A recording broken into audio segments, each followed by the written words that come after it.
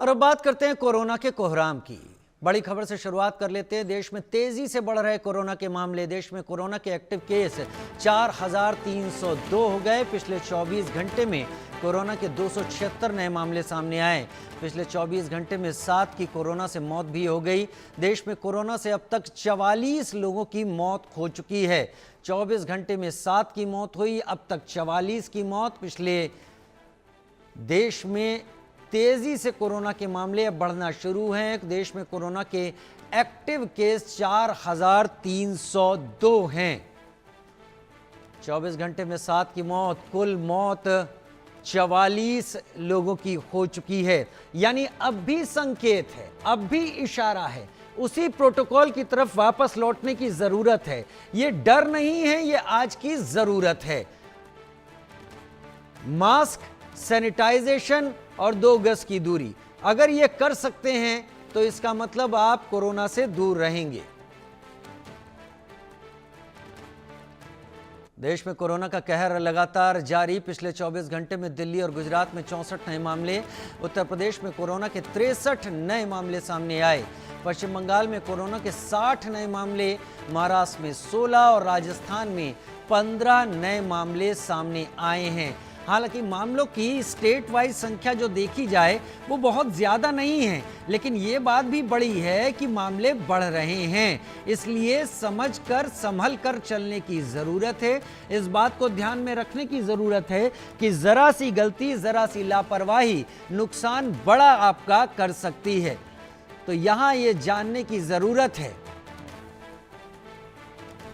आरजू सेठ हमारी संवाददाता और शाहिद अंसारी हमारे संवाददाता हमारे साथ लाइव जुड़ गए हैं। आरजू दिल्ली से, शाहिद मुंबई से जुड़ गए हैं। सबसे पहले मैं शाहिद आपका रुख करूंगा, क्योंकि मुंबई और महाराष्ट्र में मामले ज्यादा आ रहे हैं और केरल और मुंबई में देश के 50% मामले हैं। अभी क्या स्थिति है शाहिद मुंबई में, जो आपको जानकारी मिल रही है? राजीव, सबसे पहले जो है जो कोविड का जो डेली की अपडेट आती है मैं उसके बारे में बता देता हूं, फिर उसके बाद मजीद आगे इसके पूरे कोविड को लेकर हम रोशनी डालेंगे। अब तक की अगर हम बात करें तो जो राज्य में 86 नए कोविड के जो है केसेस सामने आए हैं। इसके साथ साथ जो है पूरे राज्य में जो है 510 एक्टिव केसेस हैं। लेकिन इन सब के बीच जो है सबसे अहम और चौंका देने वाली या फिक्र करने वाली जो बात है वो है मौत के जो आंकड़े हैं। मौत की अगर बात करें तो 10 जो है मौत जो है अब तक दर्ज की गई है, और इसके साथ साथ जो है 2 जो है मौत नागपुर में हुई है, मीरज में 1 हुई है और चंद्रपुर में 1 हुई है। ये जो 24 घंटे की अपडेट है। इसके पहले 6 मौतों जो हुई उसके बारे में हमने बताया है दर्शकों को कि 6 मौतें जो हुई है वो महाराष्ट्र के अलग अलग हिस्सों से हुई है, और उसमें से 2 मौतें मुंबई में हुई थी, और एक जो सबसे कम उम्र की जो मौत हुई थी वो थाने ज़िले के कल्याण इलाके से 21 साल की युवती की हुई थी। अब आपको मैं स्टेट में पूरे राज्य में जो है क्या हालात है और क्या केसेस की संख्या है उसके बारे में बता देता हूँ। मुंबई में 26, थाने महानगर पालिका में 9, नवी मुंबई में 6, कल्याण महानगर पालिका में 1, उल्लासनगर में 1, नासिक महानगर पालिका में 4, पुणे में 3 और पुणे महानगर पालिका में 24, पिंपरी चिंचवड़ महानगर पालिका में 3, कोल्हापुर महानगर पालिका में 2, सांगली में 1, सांगली महानगर पालिका में 4, नागपुर महानगर पालिका में 2। राजीव, अब अगर हम देखेंगे ना पुणे राज्य में पुणे और मुंबई का जो आंकड़ा है वो चौंका देने वाला है। मुंबई में अगर 26 है तो पुणे में 24 है, और ये दोनों शहर जो है अपने आप में जो है भीड़ भाड़ वाली जगह है। सही कह रहे हैं। यानी कि 2020 और 21 के जो हालात थे उन हालात में जो है ये दोनों शहर उस वक्त भी जो है बहुत ही ज़्यादा जो है सेंसिटिव हो गए थे कोरोना की वजह से। वजह सबसे बड़ी ये है कि इन इलाकों में जो है चूंकि मुंबई का अगर स्पेस देखेंगे तो जगह कम है और लोगों की तादाद बहुत ज़्यादा है, और कुछ ऐसा ही हाल जो है पुणे का है। तो इन दोनों जगहों पे देखिए, पूरे महाराष्ट्र में इन दोनों जगहों पे जो है ये तादाद ज़्यादा है। अब अगर मौत की बात करें तो ये भी मैं साफ कर देता हूँ कि मौत जो हुई है, इन मौतों में जो है अधिकतर मौतें जो हुई है वो दूसरे रोग से जो है ग्रसित जो मरीज रहे हैं उससे ग्रसित रहे हैं, और उनको कोविड हुआ था।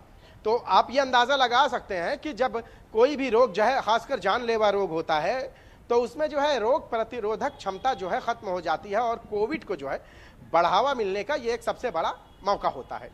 तो अब तक की एक जो मौत हुई है वो नेचुरल हुई है, बाकी कोई ना कोई किसी ना किसी बीमारी से जूझ रहा है। ये रही है अब तक की राज्य भर की जो 24 घंटे की अपडेट है जो मैंने आपको बताई है।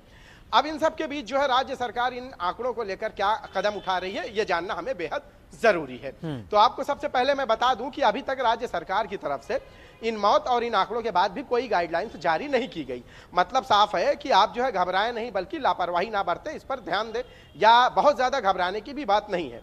सरकार ने इसीलिए जो है किसी को भी जो है, किसी हॉस्पिटल को जो है इस चीज को लेकर कोई हिदायत या इस तरह की चीजें नहीं दी कि बस आप रेडी हो जाएं। बावजूद इसके सारे हॉस्पिटल मुंबई में अपने अपने तरीके से तैयार हैं।